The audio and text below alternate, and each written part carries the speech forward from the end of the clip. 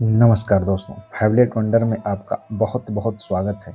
आज हम रामायण के एक ऐसे अनसुलझे रहस्य पर बात करने जा रहे हैं जो आपको सोचने पर मजबूर कर देगा। क्या रावण, जिसे हम अहंकारी, क्रूर और अत्याचारी राजा के रूप में जानते हैं, वास्तव में अपनी मृत्यु से अनभिज्ञ था, या फिर वह जानता था कि उसका अंत कैसे होगा और किसके हाथों होगा?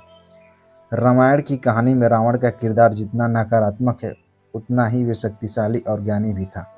वह केवल लंका का राजा ही नहीं, बल्कि चार वेदों का ज्ञाता, ज्योतिष का प्रखंड विद्वान, भगवान शिव का परम भक्त और महान तपस्वी भी था। उसने अपनी तपस्या से ब्रह्मा जी से अमरता का वरदान मांगा था, लेकिन उसे मिला क्या? सिर्फ मनुष्य और बानर से न मरने का वरदान। क्या ये गलती थी या उसकी दुर्दशा? अब सवाल उठता है कि एक ऐसा व्यक्ति जिसने तीनों लोकों पर विजय प्राप्त की हो, जिसे काल और ग्रहों का ज्ञान हो, क्या वह अपने भविष्य से अनजान रह सकता है? कई पौराणिक कथाओं और लोक मान्यताएं बताती हैं कि रावण को पता था कि उसके जीवन का अंत कब और कैसे और किसके हाथों होगा। सोचिए, माता सीता का हरण रावण जैसा ज्ञानी व्यक्ति क्या नहीं जानता था कि पराई स्त्री को हाथ लगाना अधर्म है? क्या उसे मर्यादा पुरुषोत्तम राम की शक्ति का अंदाजा नहीं था?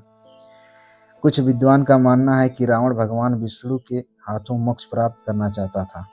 वह जानता था कि राम स्वयं भगवान विष्णु के अवतार हैं और केवल वही उसे परम गति दे सकते हैं। इसलिए उसने जानबूझकर ऐसा किया ताकि भगवान राम को लंका आने का बहाना मिल सके। हम अक्सर रावण को अहंकारी मानते हैं, लेकिन क्या वह केवल अहंकार था या अपनी नियति के प्रति उसकी स्वीकृति?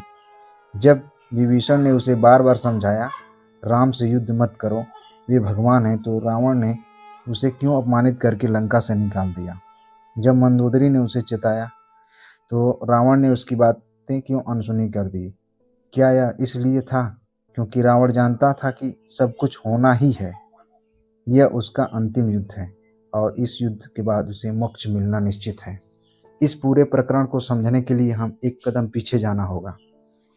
भगवान विष्णु के द्वारपाल जय और विजय को श्राप की ओर संत सनकादि ऋषियों ने जय विजय को श्राप दिया था कि वे 3 जन्म तक मृत्यु लोक में राक्षस बनेंगे। पहले जन्म में वे हिरण्याक्ष और हिरण्यकश्यप बने, दूसरे जन्म में रावण और कुंभकर्ण, तीसरे जन्म में शिवपाल और दंतवक्र। जय और विजय ने स्वयं भगवान विष्णु से कहा था कि वे उनके हाथों ही मोक्ष प्राप्त करना चाहते हैं।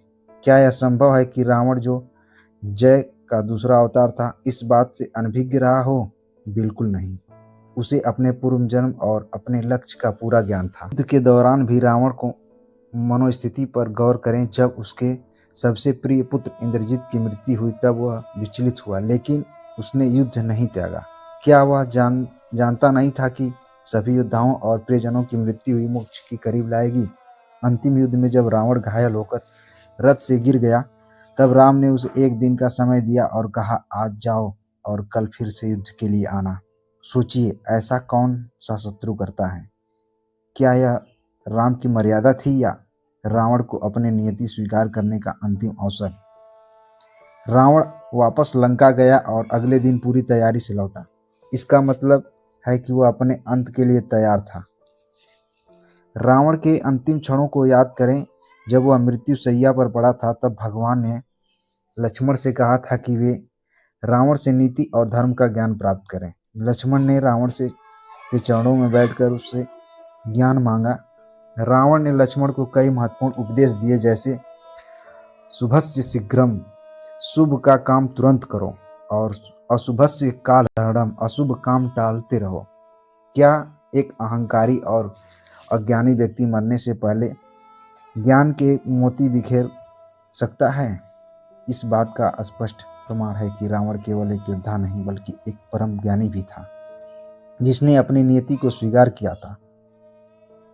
लक्ष्मण द्वारा रावण से ज्ञान प्राप्त करने का दृश्य तो दोस्तों, इन सभी बातों को यह स्पष्ट होता है कि रावण अपनी मृत्यु से अनभिज्ञ नहीं था। वह एक ऐसा पात्र के रूप में उभरा जिसने मोक्ष प्राप्त करने के लिए स्वयं भगवान से शत्रुता मोल ली और अपनी नियति को स्वीकार किया। क्या लगता है आपको कि रावण सच में अपनी मृत्यु के बारे में जानता था? आपकी राय है, हमें कमेंट में जरूर बताएं। अगर आपको यह वीडियो पसंद आया है तो इसे लाइक करें, अपने दोस्तों और परिवारों के साथ